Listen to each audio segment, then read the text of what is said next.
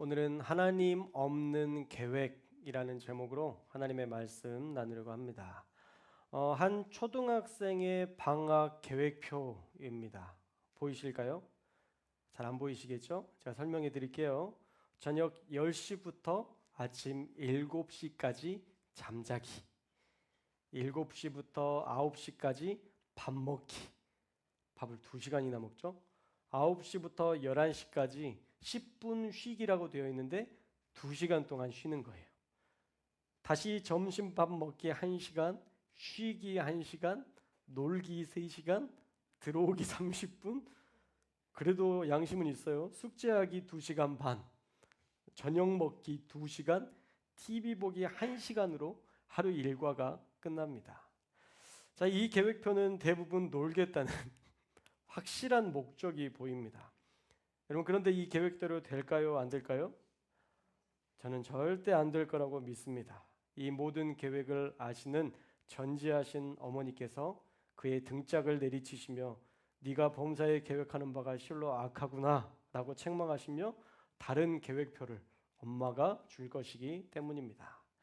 사실 이 초등학생뿐 아니라 우리의 계획도요, 악할 때가 참 많고 우리의 본능과 욕심을 따라 계획할 때가 너무도 많습니다.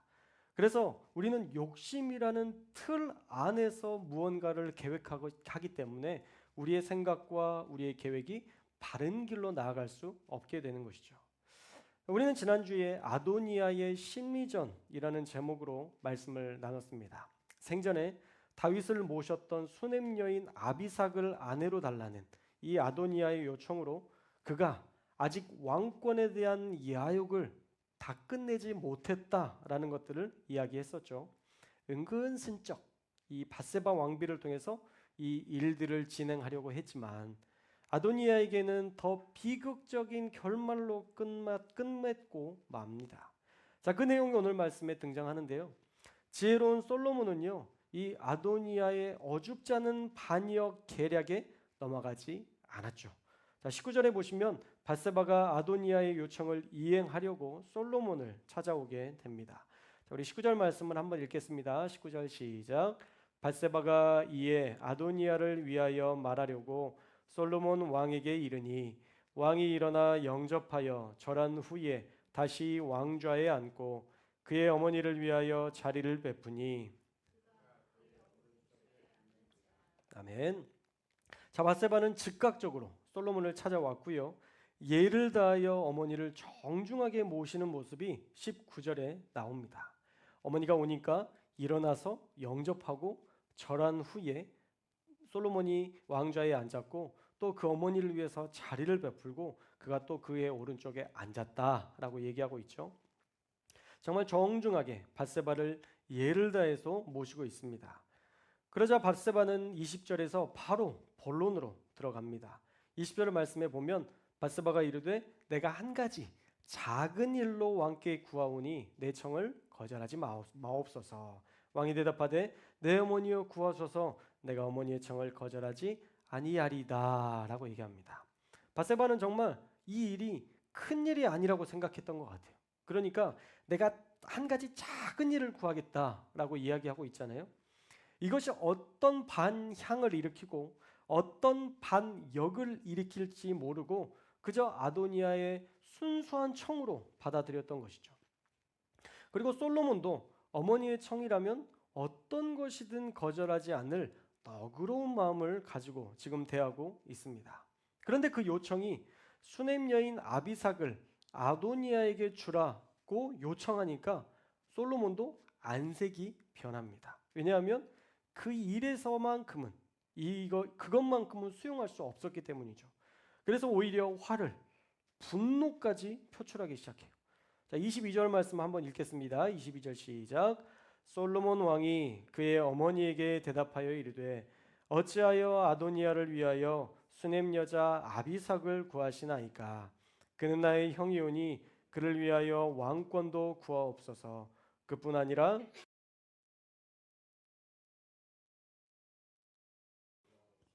아멘. 자, 어머니에 대해서 그렇게 호의적이고 예를 다해서 이야기를 했던, 그리고 어떤 요청이든 거절하지 않겠다던 솔로몬이요, 이제 완전히 다른 말투와 마음가짐으로 어머니께 항변하고 있습니다. 그리고 그것도 아주 강하게 이야기하고 있죠. 어떻게 아비삭을 달라고 하세요? 그가 나보다 형이니까 그럼 아예 저에게 왕권도 달라고 하시지 그러세요?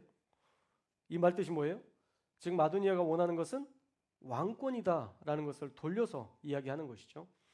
그리고 반역을 꾀했던 제사장 아비아달과 스루야의 아들 요압을 위해서도 원하는 것을 요청하십시오라고 감정이 상한 이 아들의 속내를 드러내고 있습니다. 여러분 사실 반역을 참는다는 건 쉬운 게 아니에요. 여러분 같으면 반역을 참을 수 있을까요? 없을까요? 이건 못 참는 거예요. 왠지 아세요? 이건 생명이 왔다 갔다 하는 일이기 때문이에요. 만약 이 반역이 성공했다면 어머니도 숙청당했을 것이고 솔로몬과 그의 아들들도 다 숙청당할 수 있는 사실은 엄청난 사건이었습니다. 그런데도 솔로몬이 그것들을 믿음으로 잘 참고 기다려 주었던 것이죠. 그것 참는 것도 정말 쉽지 않은 일이었는데 지금 어머니를 통해서 또 반역을 꾀하는 것을 보이니까 이 지혜로웠던 솔로몬이 더 이상은 참을 수 없었던 것이죠. 아비삭을 요구했던 것 자체가 이미 반역했던 일을 다시 상기하게 만드는 일인데도 어리석게도 아도니아는 큰일이 아닌 것처럼 주도해서 이 반역을 다시 성공해 보고자 하는 그런 야욕을 보였던 것입니다. 그래서 결과는 아도니아 자신의 수명을 단축하는 결과를 낳고 말았어요. 자, 우리 23절 말씀도 읽겠습니다. 23절 시작. 여호와를 두고 맹세하여 이르되 아도니아가 이런 말을 하였은즉 그의 생명을 잃지 아니하면 하나님은 내게 벌 위에 벌을 내리심이 마땅하니이다. 아멘. 솔로몬은요 아무리 손위형이라 할지라도 아도니아를 반드시 숙청하겠다는 강한 의지의 말씀을 표명합니다. 아도니아가 한 이 말 때문에 솔로몬은 아도니아를 반드시 죽이겠다는 의지를 더욱더 강하게 마음먹었고 만약 내가 이 일을 행하지 않는다면 하나님께서 벌 위에 벌을 아무리 큰 벌이라도 내가 달게 받겠다. 즉 하나님이 나에게 내리시는 벌을 받을 만큼 이렇게 벌을 받지 않으려면 내가 반드시 이 일을 행할 것이다 라는 다짐을 했다는 것이죠. 그러니까 어떤 일이 있어도 아도니아를 죽인다라는 강력한 의지를 천명한 것입니다. 그리고 24절에서도요 똑같이 같은 말과 맹세를 다시 반복합니다. 그 내용 역시도 아도니아를 반드시 죽이겠다는 거예요. 그렇게 아도니아의 계획은 솔로몬에 의해서 철저하게 무너지고 그는 결국 죽음을 맞이하고 맙니다. 자, 오늘 말씀에서 우리에게 주시는 교훈은 무엇일까요? 첫째로는요, 우리의 계획은 너무 보잘것이 없어서 이내 사라지고 만다라는 사실입니다. 아도니아는 다윗의 후첩이었던 아비삭을 얻기만 하면 그것을 신호탄으로 해서 다시 이 왕권을 회복해 보려고 했습니다. 그러나 그 계획은 너무 허무하게 무산되고 말았죠. 시편 33편 10절 말씀에 보면요. 여호와께서 나라들의 계획을 패하시며 민족들의 사상을 무효하게 하시도다라고 말씀하고 있습니다. 현대인의 성경으로 보면요. 이렇게 번역되는데 여호와께서는 세상 나라들이 계획한 것을 좌절시키시고 그들의 목적을 이루지 못하게 하신다라고 기록하고 있습니다. 여러분 왜 세상 계획을 하나님께서 좌절시키실까요? 그 이유는 하나님께서 세운 선한 계획, 하나님께서 이루고자 하는 선한 목적이 아니기 때문이에요. 여러분 하나님과 함께하지 않는 계획이 얼마나 물거품과 같은지를 저와 여러분들이 아셔야 합니다. 내가 돈 많이 벌어서 흥청망청 살아야지. 그렇게 계획하는데 누가복음 12장 20절은 이렇게 경고하죠. 우리 한번 읽겠습니다. 시작. 하나님이 이르시되 어리석은 자여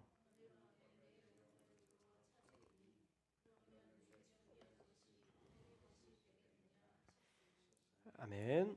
자, 오늘 저와 여러분에게도 하나님께서는 말씀하십니다. 우와, 그렇게 많은 돈을 벌었으니 마음대로 살아보고 싶어서 큰 권력을 가지면 행복할 것 같으니 이제 건강해졌으니까 네 마음대로 해보고 싶지?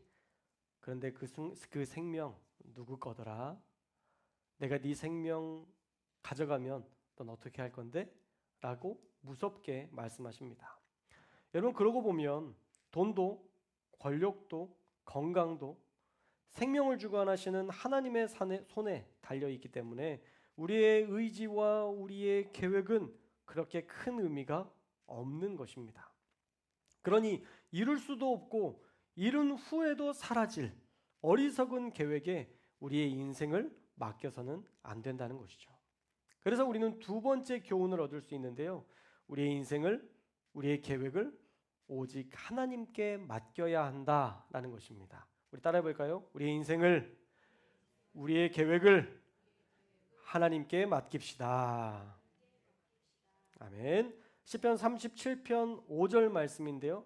내 길을 여호와께 맡기라.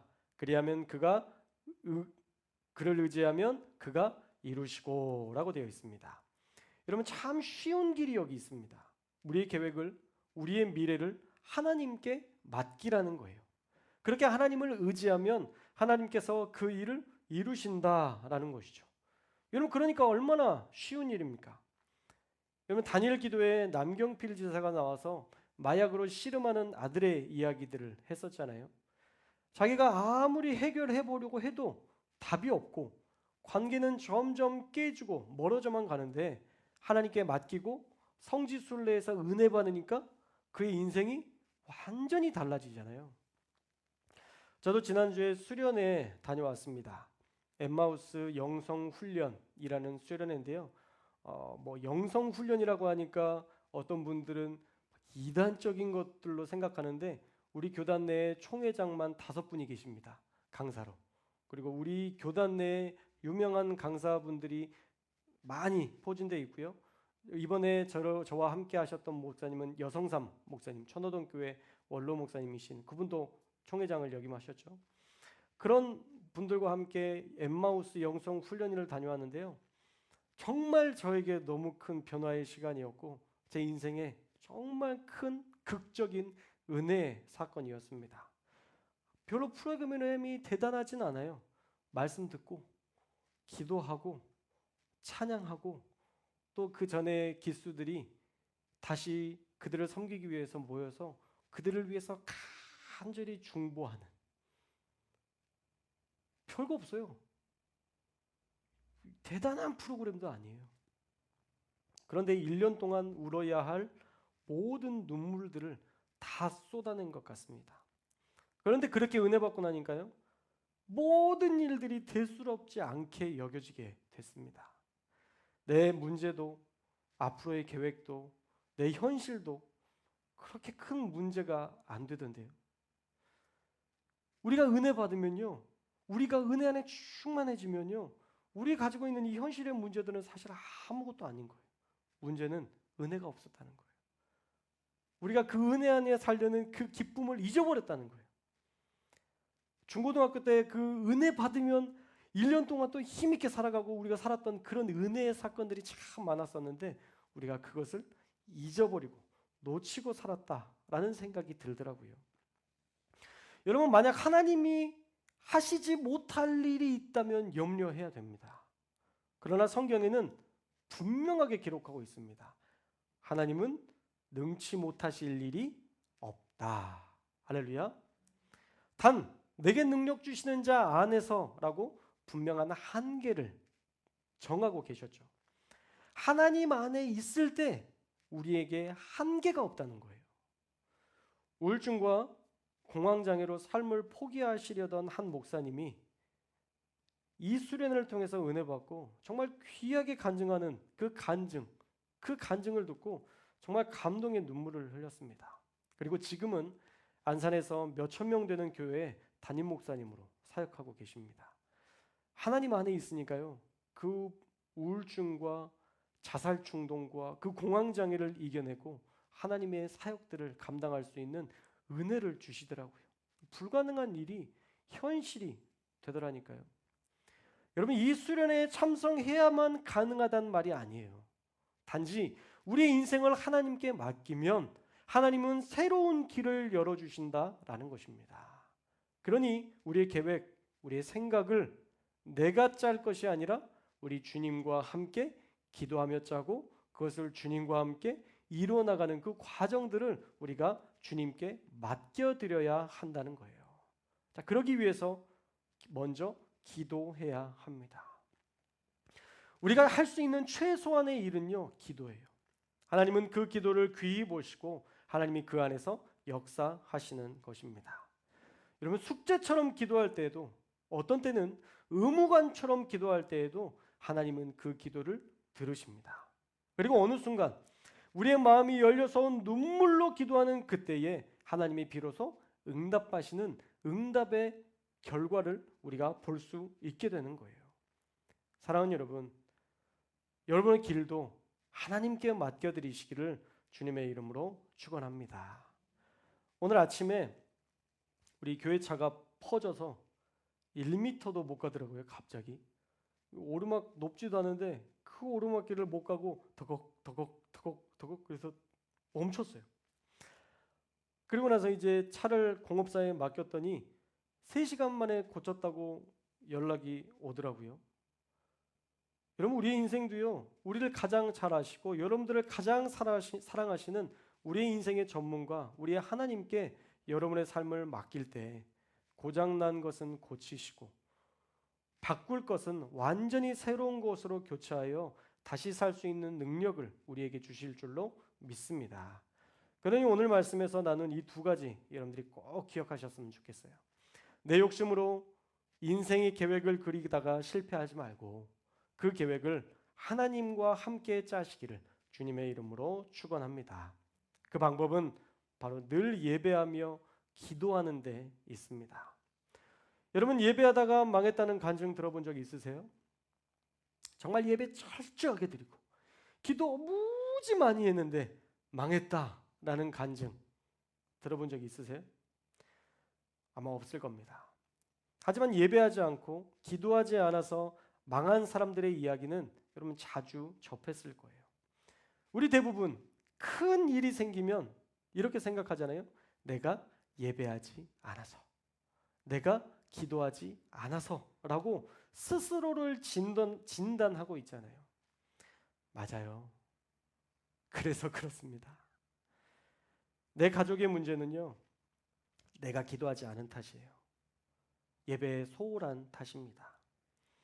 목사님, 어떻게 모든 걸 다 하면서 살아요? 목사님은 잘 모르시겠지만 세상 일이 얼마나 바쁜지 아세요? 네, 알죠. 버거울 수 있습니다. 바쁠 겁니다. 그런데 소홀할 것을 소홀해야죠. 여러분, 예배와 기도에 소홀하면 그 손해가 훨씬 큰데 왜 더 큰 손해 볼 일을 포기해서 손해를 보느냐고요. 여러분, 그러면 안 되잖아요. 우리가 예배와 기도만 지키면 우리 가운데 하나님께서 막아주시는 그 방어막과 보호막들이 너무 많은데 왜 이걸 포기해서 다른 거 메꾸느라고 더 많은 고통과 어려움들을 겪느냐고요. 한 번의 예배가 여러분 10만 원씩 적립된다라면 여러분 이 예배 포기하시겠어요? 여러분, 주일 예배만 잘 드려도요 10만 원씩 받으면 520만 원이 들어와요. 여러분, 이 예배 포기하시겠어요? 아마 목숨 걸고 지키실걸요. 수요 예배도 똑같이 10만 원씩 드린다고 하면 520만 원이 더 들어와요. 금요 예배도 똑같이 드린다면 520만 원이 더 들어와요. 그러면 1년에 1,560만 원을 벌 수 있어요. 할렐루야. 새벽 예배도 똑같이 드린다고 생각해 봅시다. 여러분, 이 예배 포기하실 수 있겠어요? 절대 포기 못할걸요. 청년부부터 유치부부터 거의 생명이 붙어있는 어떤 분들이든 모든 분들이 나와서 아마 예배할 겁니다. 여러분, 그렇게 귀한 일들이라고 한다면 이 예배 하나하나에 하나님이 주시는 축복이 10만 원보다 훨씬 가치 있는 축복들이 우리에게 있다고 믿는다면 여러분, 이 일을 우리가 어떻게 포기하겠어요? 우리가 왜 포기하겠어요? 그런데 기도하고 예배하지 않으니까 우리가 늘 제자리잖아요. 늘 더 큰 것들을 기대하고 살지 못하고 늘 제자리잖아요. 삶의 변화도 없고 문제는 항시 제자리고 하나님에 대한 믿음도 예배드리는데 늘 제자리잖아요. 뭔가 우리가 열심히 예배드리려고 하면 전화도 오고 삶에 문제들이 많이 생기잖아요. 여러분, 더 믿으면 큰일 날 사람들처럼 왜 그렇게 하나님과 거리를 두고 사는지 모르겠어요. 잘 기억하십시오. 예배 잘 드리면, 예배 잘 드리고 예배 철저하게 드리면 여러분 정말 큰일 납니다. 할렐루야. 여러분들이 생각했던 큰일, 처음의 큰일은 나에게 너무 많은 것들이 희생되는 큰일처럼 생각하지만 그렇지 않아요. 여러분들이 예배 잘 드리고 기도 열심히 해서 하나님과 동행하면요, 여러분의 인생에 하나님께서 큰 일을 내십니다. 놀라운 기적과 이해할 수 없는 하나님의 계획과 하나님의 놀라우신 일하심으로 하나님의 놀라운 일을 이루어 내실 줄로 믿습니다. 그러니 그 무엇보다 큰 일을 경험할 수 있는 예배와 기도에 인생 거는 성도가 되어야 할 줄로 믿습니다. 올해가 이제 다 끝나가는데요. 여러분 지금부터 시작해서 내년에는 예배와 기도로 끝장을 보는 우리 성도들이 되었으면 좋겠습니다. 할렐루야. 하나님께서 여러분들에게 어떤 큰 일을 내실지를 여러분 기대하면서 예배와 기도에 목숨 거는 한 해가 되었으면 좋겠습니다. 여러분이 예배하고 기도하면 하나님은 그때 일하십니다. 그 놀라운 역사와 기적의 현장을 우리가 많이 누리게 될 겁니다. 그러니 여러분 작은 고통 때문에 큰 은혜와 큰 기적의 역사를 포기해버리지 마시고 어떤 일이 있어도 예배와 기도로 승리하는 저와 여러분들 다 되시기를 저희 아멘할 타이밍이에요. 주님의 이름으로 축원합니다. 할렐루야. 어떻게 이렇게 짠 것처럼 잘하세요? 예레미야 29장 12절 말씀입니다. 너희가 내게 부르짖으면 내게 와서 기도하면 내가 너희들의 기도를 들을 것이요. 아멘. 여러분 부르짖고 하나님께 와서 성전에 와서 예배하고 기도하면 내가 너희들의 기도를 들을 것이다 라고 전능하신 하나님께서 우리에게 약속해 주고 계십니다. 그러니 이 말씀 믿고 하나님 없는 계획 속에 살지 말고 늘 하나님과 함께하는 예배와 기도의 사람이 되셔서 하나님과 함께하는 계획 가운데 큰 일을 이루시는 하나님의 역사들을 경험하는 저와 여러분들 다 되시기를 주님의 이름으로 축원합니다. 기도하겠습니다.